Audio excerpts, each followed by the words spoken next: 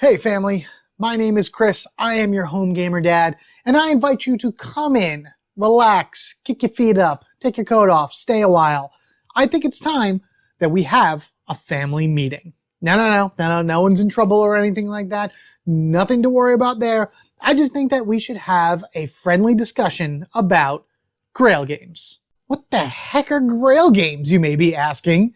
Actually, there may be some of you out there that have a nice list of games that fall under the Grail Game title. I've seen a lot of different definitions for this, going through all the boards and everything. For me, I would say that it is a game that is highly desired for a particular collection, for my case, my collection. And the problem with it is that it's either out of print or limited stock or all different things like that.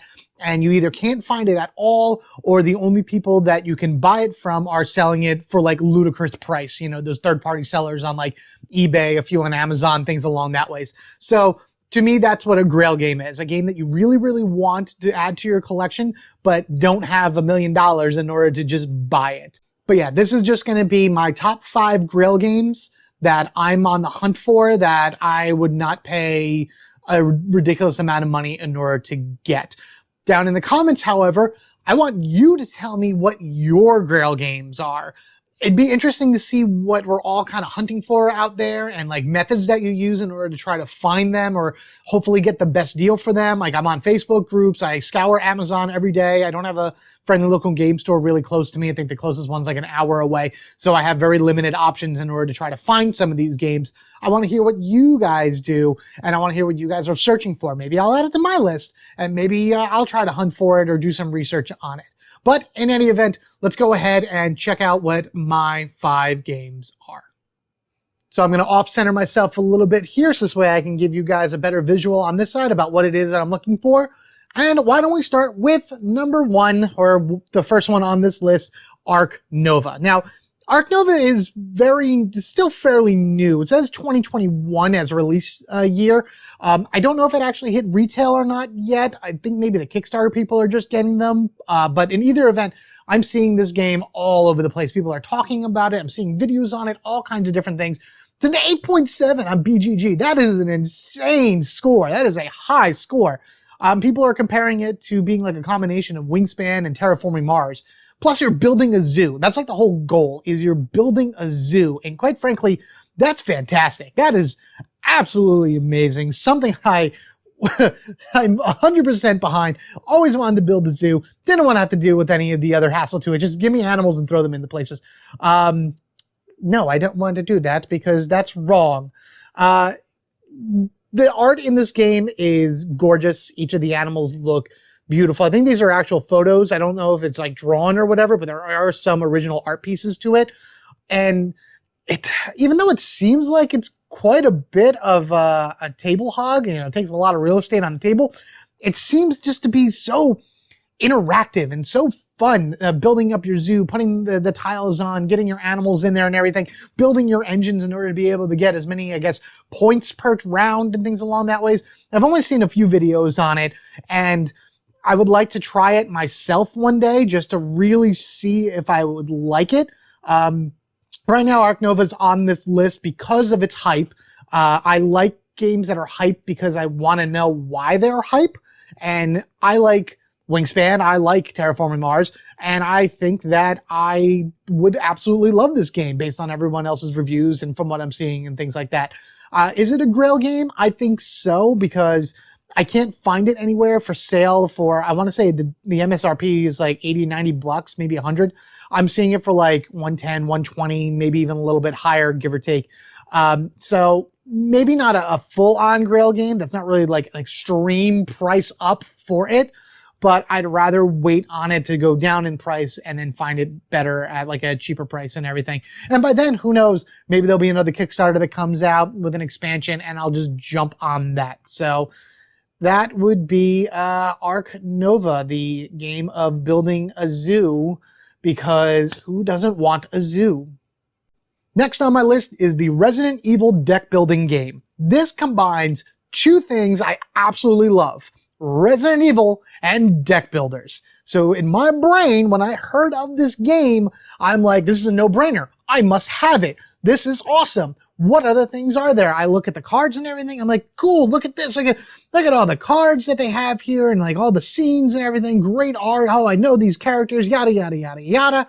Oh, look at this. Look at all these expansions for it. Let me just click here and you get to see all the expansions for it as well. You got all the promo cards. Got these two I think there's more expansions than this. This is the next page, but I don't think there's any other expansions here.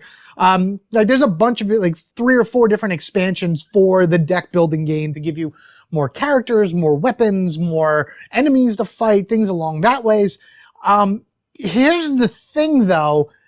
I watched a playthrough of this game and I was not impressed in any way, shape, or form. I thought it was actually kind of boring, a little awkward in terms of like how you build your deck and how you execute firing your weapons and what cards you play at what time. And yeah, it was very strange. Good comparison. Here we are.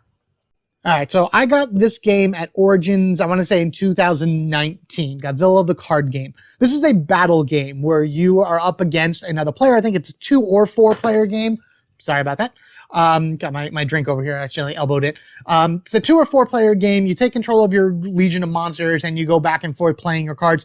It's the Chrono Clash system. So every card you play has a point value that moves up the scale. And then once you pass a certain threshold, that's when it's your opponent's turn. And then they spend points to come back and it just kind of bounces back and forth. I think Naruto, the card game, has the same thing. As a huge Godzilla fan, massive Godzilla fan, this was amazing. I must have this. This has to be in my collection. The art looks awesome. The cards are very nice. You know, as a Godzilla fan, I love looking at these. It's beautiful. A lot of this is hand drawn or taken from the comics and things like that. So I got it. I sat down with my friend at the convention and we played it. And I gotta tell you, this game is garbage. This is not fun at all. The rule book is a mess. The iconography is all over the place, and it's like 30 different symbols on this, and each one does something slightly different or whatever. And there are contradicting rules that appear in the instruction manual on the cards. And it's like, what is going on here? What do we do? How can we play this way? And actually, like, the certain cards are completely broken where you play them and you always win. Whereas other cards, it's like, why would I ever play this? This is useless. So as a Godzilla fan, I enjoy having this game for the sheer fact of having it. But as a board gamer, this game is terrible. I'm afraid that the Resident Evil deck builder game is going to be that way. Now, that's a 1 to 4 player game there. And as a solo player, I'm always looking for the next good solo experience. So maybe as a solo game, it's a lot better than this. But I do not know. I want it still. I still want it because it's Resident Evil and it's a deck builder. But I'm not paying oh yeah, if you find it on Amazon, you can get the whole series for about $600. So no, definitely not happening it there. And I think in one of my Resident Evil groups, somebody was selling it for like £325, which I think is like 400 something American dollars. I don't know the conversion, but that's ridiculous. I'm not spending that type of money for this. I can wait. I can look at the images and just geek out over those and be fine. If I can find this cheap, awesome. Otherwise it's just going to hang out in my maybe someday list. Speaking of Resident Evil games, I have here the Resident Evil 2 Giant Alligator expansion. Now, I missed the Resident Evil 2 Kickstarter completely. Back when that was happening, which I think was like 2017. I mean, this says released 2018. You got to kind of give or take that the Kickstarter was a year previous. I didn't really know much about Kickstarter. I didn't really look at it as much as I do today. I might have had 1 or 2 Kickstarters as compared to what I have today, which I'm not saying. I did back the Resident Evil 3 one 100%, and I did back the Resident Evil original one 100%, which I'll be getting next year. I've been on the hunt ever since to collect all the pieces for Resident Evil 2. This is the last piece that I need. I have all the other stuff. This is the only one that has maintained its Kickstarter exclusive status. I have the Murder from Above, the crows, and the moth, things along that ways. This is the only one I don't have. Now, yes, I know. I could just get a cheap alligator, small one, whatever, or ask one of my friends to 3D print it, anybody that has a 3D printer. The tiles that this would come with, I have in the box already, so it's not like I need these tiles. And I have the retro pack, which has the cards for the alligator. So in a sense, yes, I could kind of jerry-rig myself a, giant alligator expansion, but I don't want to do that because I'm a completionist. I want all of the original pieces. Everything from, whatever they sold, regardless of it, I want it. And that's what this is. This is a piece of a puzzle that I don't want to cut the puzzle piece myself just to say, yay, I did it. I want the actual piece. So, yeah, that would be the giant alligator constantly swimming away and getting away from me. Maybe one day I'll throw a canister at it and it'll explode into my lap. Who knows? Who knows? Next on the list is Wonderland's War, another new game that I only just recently found out about. And I'm going to specifically call out the deluxe edition to this game. The standard retail edition is beautiful. Don't get me wrong. It has some awesome acrylic standees. The board is beautiful. The cards are beautiful all along that ways. But when it comes to deluxe games, sometimes you have to look at a retail edition and a deluxe edition and decide for yourself, is it really worth it for me to pay all that extra money to get whatever upgrades are in it? Are the upgrades even worth the money you're putting in? For this game, yes. Started off, let's just look at the meeples, for example. In the base game, the meeples just look like regular meeples. In the deluxe edition, they actually look like various soldiers that would be part of whatever faction you're playing as. Cheshire Cat, Jabberwock. Don't know why it's not the Jabberwocky, but whatever. Red Queen and her cards, the teapots for the Mad Hatter, and then the pawns for Alice and her chess army. Absolutely amazing. Just little details like that. In addition to that, I think it's over here. Deluxe edition has miniatures of all of the leaders and the Wonderlandians. So, I mean, you can never go wrong with miniatures. They are absolutely amazing to look at and really have a good table presence. There's a few other things like exclusive cards and exclusive powers and whatnot that only are in, mostly the cards, like Wonderlandians that come in and everything. But really the big thing, and I think this might be it. Yeah, there's probably a better picture somewhere. Yeah, I think this is a pretty good picture of them. Maybe. Those look more like cardboard ones. Pretty much. There's I thought I saw a picture somewhere of the chips. I think they're here. Yeah, okay, they're right here. They're right here down on the bottom. The deluxe upgrade chips are fantastic. And I'm going to be honest with you, I'm gushing over a component I've never actually held in my hand. I've only seen these things on videos and streams and things along that ways and reviews. Basically, when you get the game itself, your chips that you get from there are just cardboard punch-outs. You can buy I don't know, it's on Amazon. You can buy coin holders and put them in and it's just fine.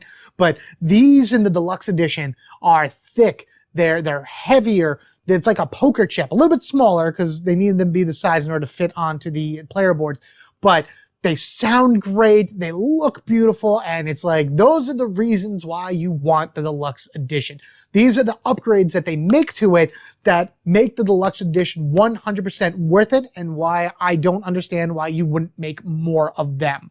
So, and people understand this too. People are selling the deluxe edition for Wonderland's War for $300, which is stupid. I would never pay that much. I think it's $120 or something like that MSRP. I don't know. Skybound Games actually sold whatever remaining deluxe editions they had from their Kickstarter campaign earlier in the month, and I only found out about this game maybe 2 days after that sale ended. So I'm entering contests. I'm putting my name everywhere to try to win one, and I'm constantly looking all over the place to find a deluxe edition of this game. I don't want to pay, of course, anything more than MSRP for it. Maybe a little more, give or take, with shipping. But honestly, I'm going to find it. This game will be in my collection sooner than later. I'm hoping that maybe they go to Kickstarter again and redo the Kickstarter because I know a lot of people are looking for this game in the deluxe edition.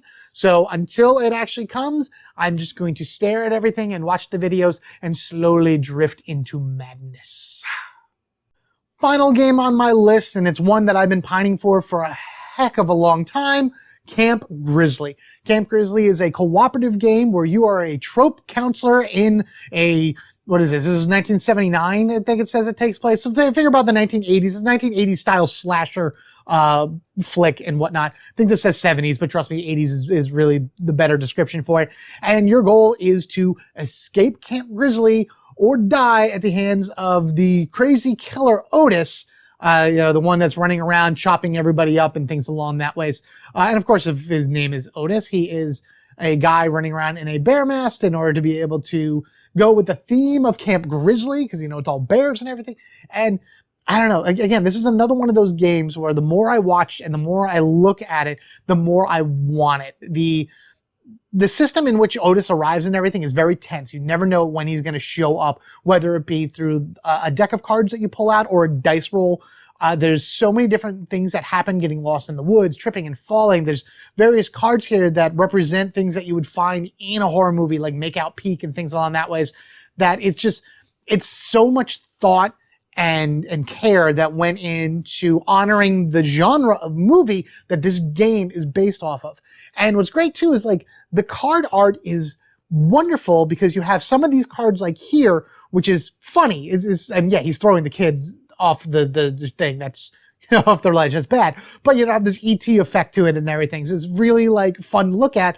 And then you have other cards that's just an ear sitting here, and it's gruesome. So it's such a range of different card art that you get with it that really pulls you in and gets you involved with the characters and the setting for the game. And I absolutely love it.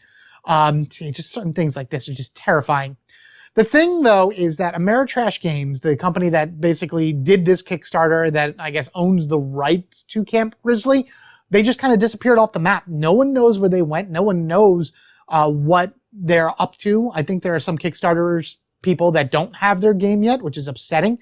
I would love them for them to either redo the Kickstarter, find a publisher that'll actually publish the game and get it out there, or something to bring this back to mainstream. That and all the expansions. Again, it's about $300-400 to get this plus all the expansion. The base game itself, you can probably find for $150, if not more, which is, again, ludicrous amount of money. I think this game needs to have a desperate reprint. It needs to be out there again. This is an amazing game that people don't know about. And if they do know about, they may never get a chance to play because of how rare it is. And I'm hoping to see it one day. I'm hoping to see it on these shelves one day, honestly, or in front of me, even on this camera. But man, it's a frustrating thing because I want it so badly, but I don't want to pay that much for it. And I know it's a great game. I think it's a great game. Personally, I think it's a great game. I know it's not the highest rating here, but it's still not bad. It just needs more love. It needs more love and it needs more recognition. And Otis needs to be a mainstream killer. That's how that works. So there you have it. Those are my top 5 Grail games that I am on a hunt for, that I look on Amazon almost every day. Thank you all so much for checking out this video. Again, down in the comments below, let's be kind to each other. Let's be respectful. Let's make sure we have a great conversation about all this, because I think this is a fascinating subject. And I am really curious, as I've been saying multiple times, to hear other games that you would consider a Grail game. So until the next one, thank you guys again. Be kind to each other. Remember, we are family forever, gaming together. Later, guys.